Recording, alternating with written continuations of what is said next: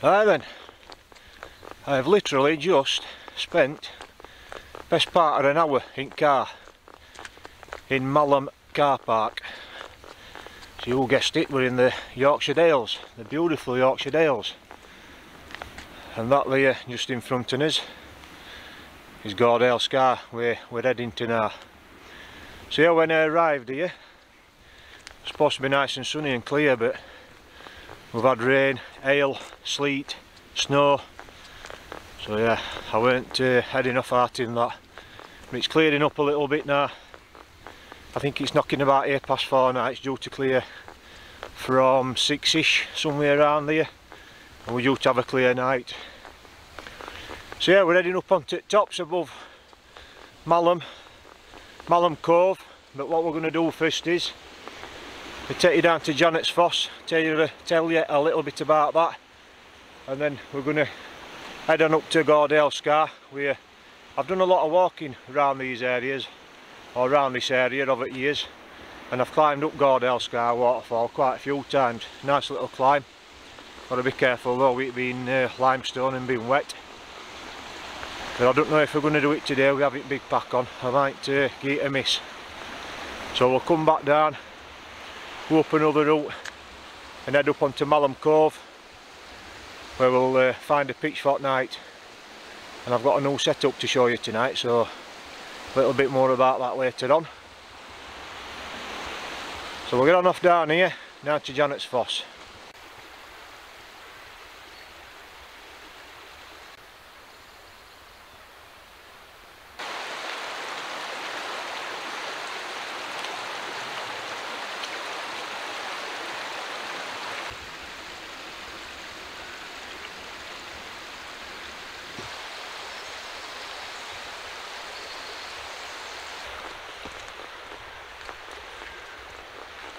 Smell of wild garlic through here is absolutely stunning.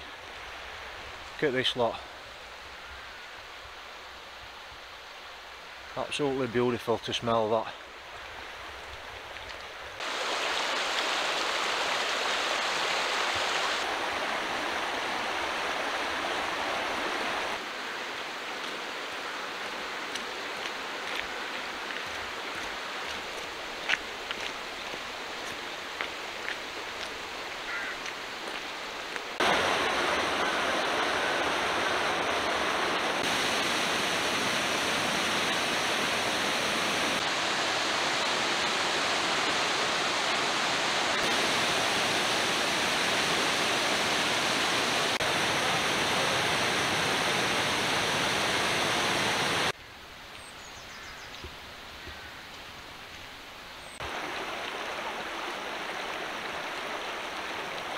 So I've waited while I've come away from waterfall, Janet's Foss there, because it's flowing that well. It's that loud that I didn't know if you'd have heard what I was going to say.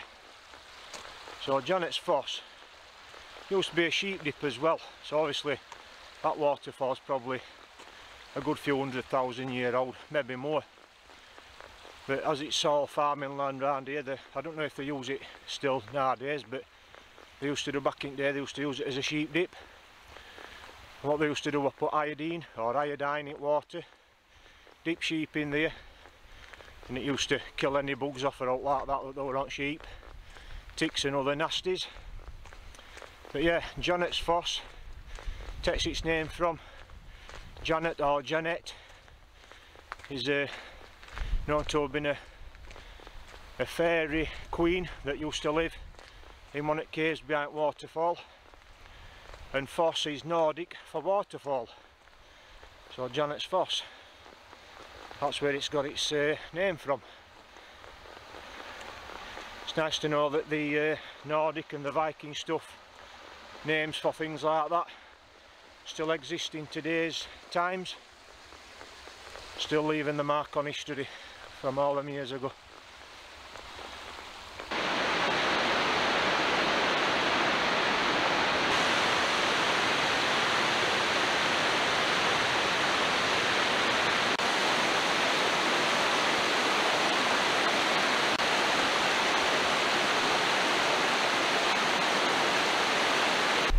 So that's Gordale Scar. Absolutely stunning place, I love coming here. I have climbed that, like I was saying earlier on, I bet maybe 4 or 5 times. Do like climbing up that, but it's rather too wet today. It's flowing quite well and we haven't big bag on. Might be a little bit dangerous. So Goredale Scar were formed something like 1.5 million years ago, and it's a known fact that there were, over the period of time, there were 3 ice sheets or 3 glaciers that filled this plateau up here, and each time they melted, water come gushing, flushing down off at plateau and cut into Goredale Scar.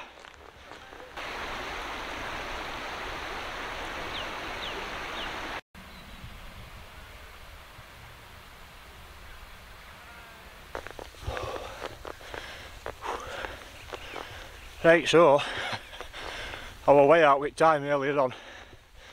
I must have spent longer in the car than what I thought I had. I've just looked at time there, coming that path from Goredale Scar there, and it's 20 to 7.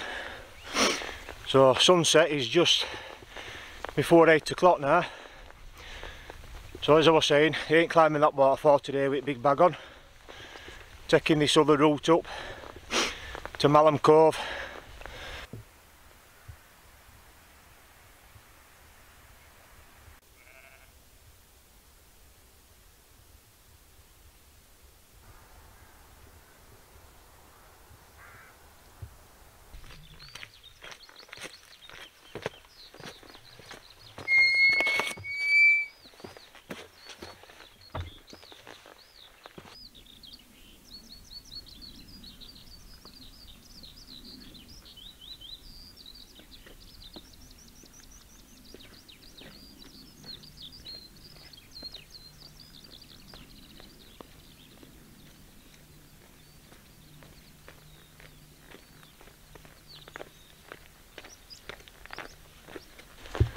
It's such a beautiful evening. Just a whisper of wind, birds in song, lambs bouncing about down it fields down, back down there. It's absolutely stunning. And we're just about to the top of Malham Cove, just there. That is the limestone pavement just there.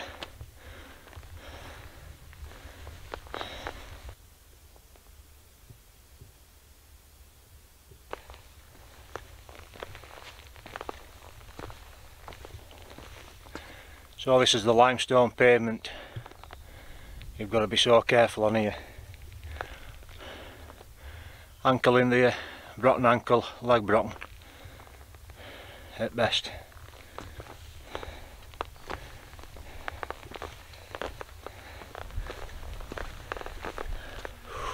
Jesus. This is directly above the cove. Ain't going no closer. That is one hell of a drop off. Let me get out of here.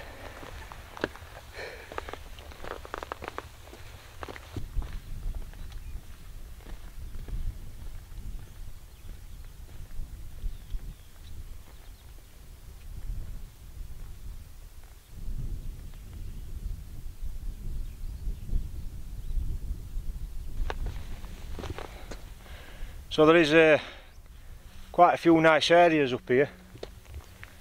There's a nice grassy area just here. There's some more just over here, and then just below me here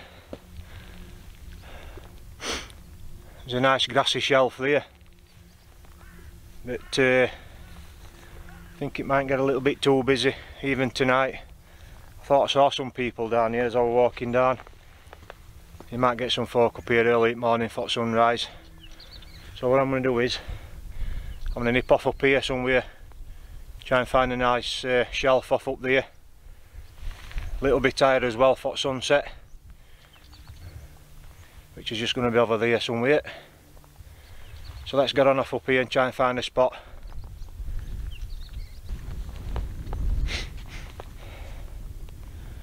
Right, well, I think I found a spot just there. There's not many flat spots just up here. It's called Nabscar, this up here, I think.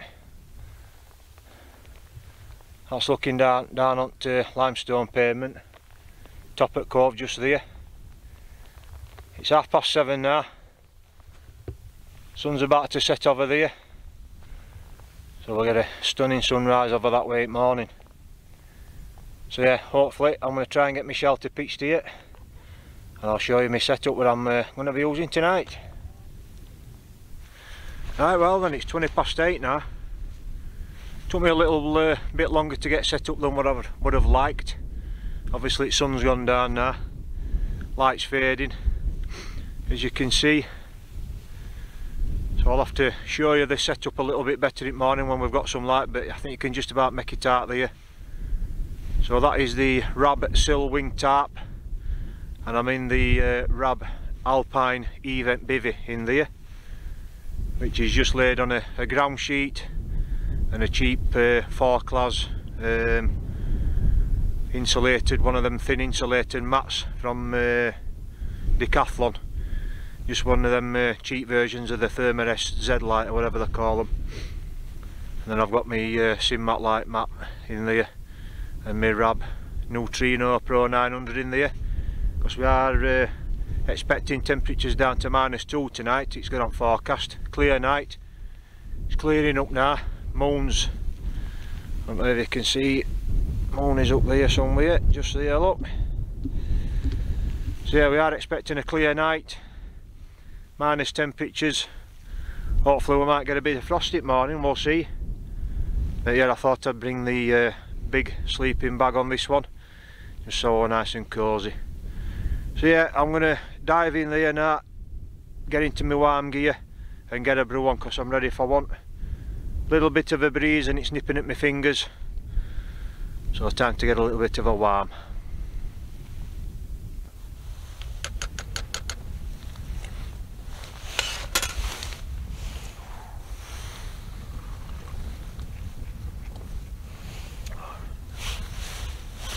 I can tell you that's welcome. A nice hot cup of soup, because it has dropped cold now. This that bit of a breeze that got up and biting at the fingertips while I was getting set up and getting ready in here. So I've got into all my warm gear now, I'm nice and cosy. My little pinkies will be getting a nice warm round that cup in a minute. Yeah, it's nice and clear outside, I can see it stars, skies have cleared, and if it stays true to what we forecast from 9 o'clock onwards to 9-10 o'clock, it was due to be clear all night right through to tomorrow morning. As I was saying earlier on, the temperatures are -2 forecast, so we might get a bit of frost overnight. So that's why I've got the big bag, still using big bag. We're over a week into, well, about a week into April now, I can't remember, is it 8th or 9th or something today.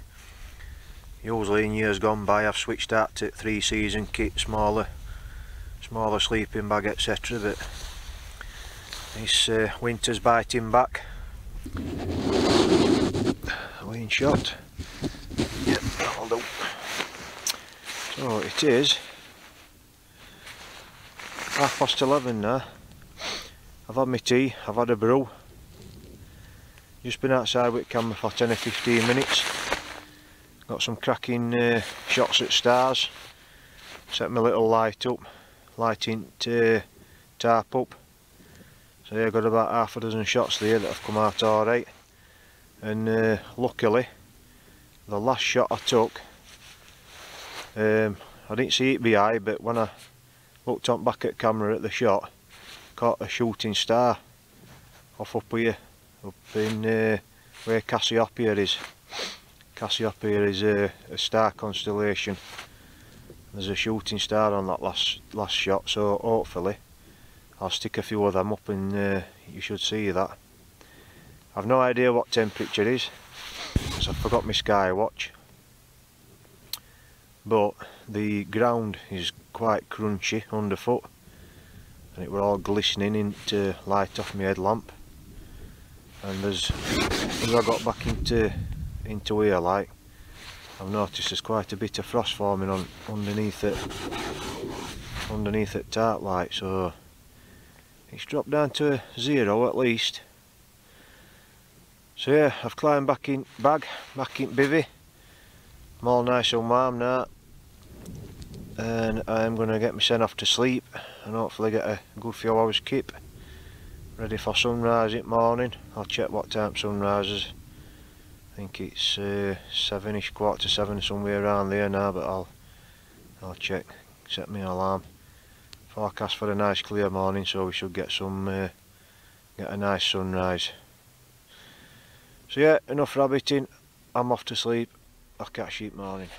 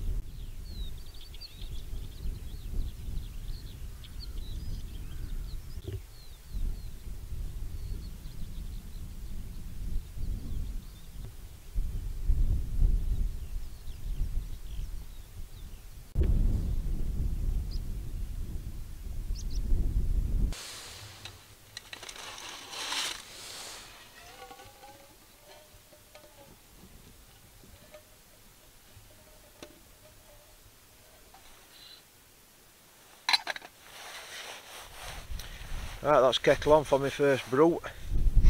It's about 7 o'clock now. Sunrise was 27 minutes past 6, rising just over the back in his ear. Don't know whether you can see it light on the tarp here. But yeah, it's a beautiful morning. Inside it, tarp's covered in frost.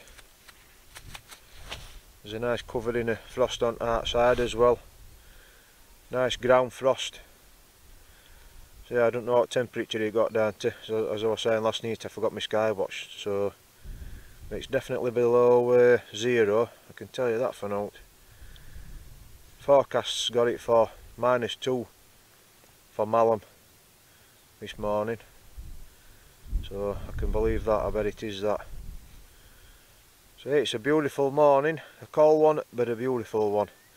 So I'm going to get this brew, a bit of breakfast, and take in this beautiful scenery this morning for a while.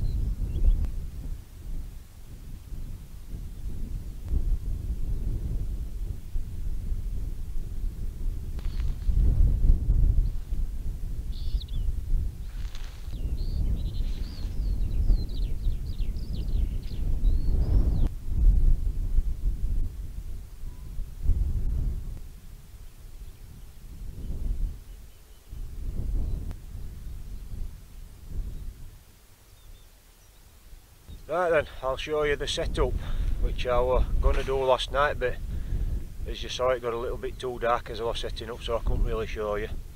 So the shelter I was using last night is the Rab Silwing tarp. It's what's known as a catenary cut, which gives you this curved ridge like this. It's the way the materials cut the shape of it. You've got your two end points for your poles, then you've got 3 pegging points down each corner.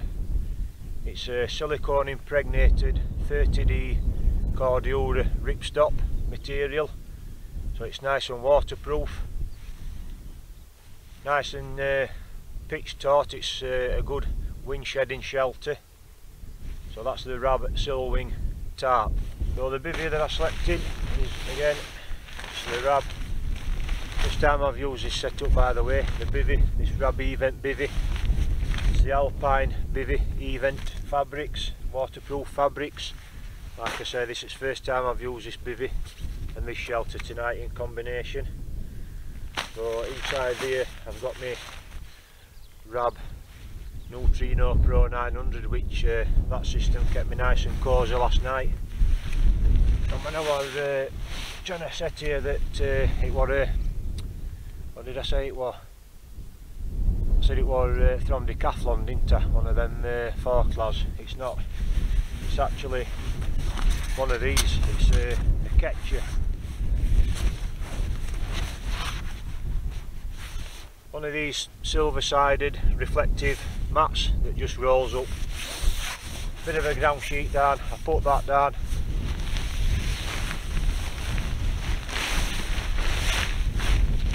Bivvy on top, and that was a nice comfortable warm sleep last night, even down to -2 or -3 or whatever it got down to. So yeah, that's the setup that I used last night, and I plan on using this quite a few more times over summer, hopefully in warmer temperatures, and I might even use bivvy as a lone shelter quite a few times.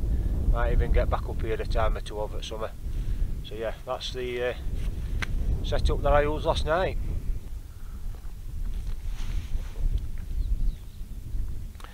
So I've just made myself one last brew. I'm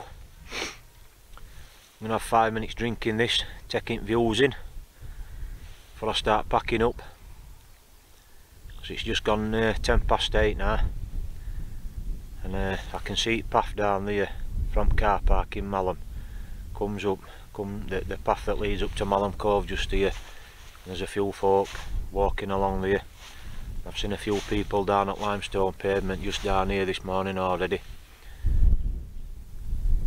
Who can blame them coming up here on a morning like this? It's absolutely stunning.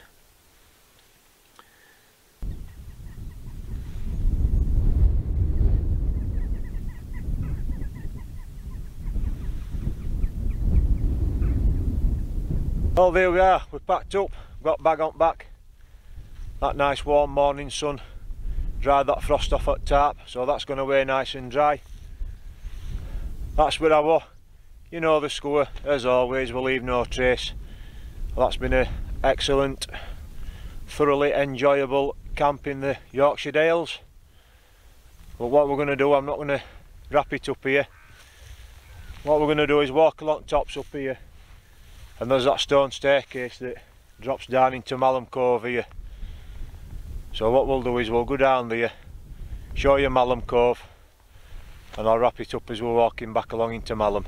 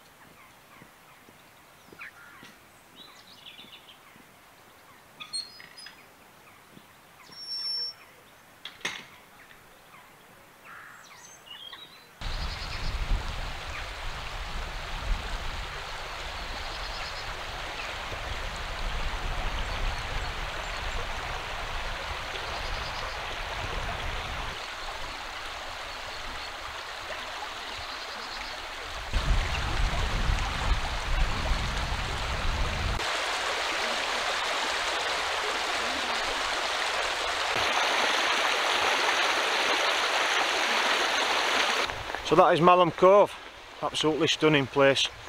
Never ceases to amaze me that when I come and visit it, absolutely stunning. So it was formed over 1.5 million years ago, a little bit like what Gordale Scar is, like I was telling you yesterday. But the difference with this one is it's actually been eroded back along what's known as the Craven fault line. And all them millions of years ago, all them glacial sheets what were up on top of the earth as they melted, they've got to go somewhere, haven't they? And they come down over the top of the earth. And all that time ago, that would have been an absolutely thunderous waterfall coming over there. That would have been absolutely epic to see. But nowadays, it's a little bit further up on top on plateau. The water runs down into an hole somewhere. And like I've just shown you, it comes out at the bottom there and runs along downstream here.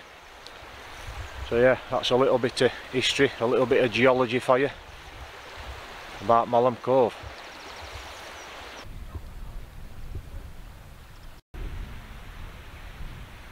So I'm wrapping it up in car today, a little bit of a different ending for you, but as I've got down into Malham village it's very busy.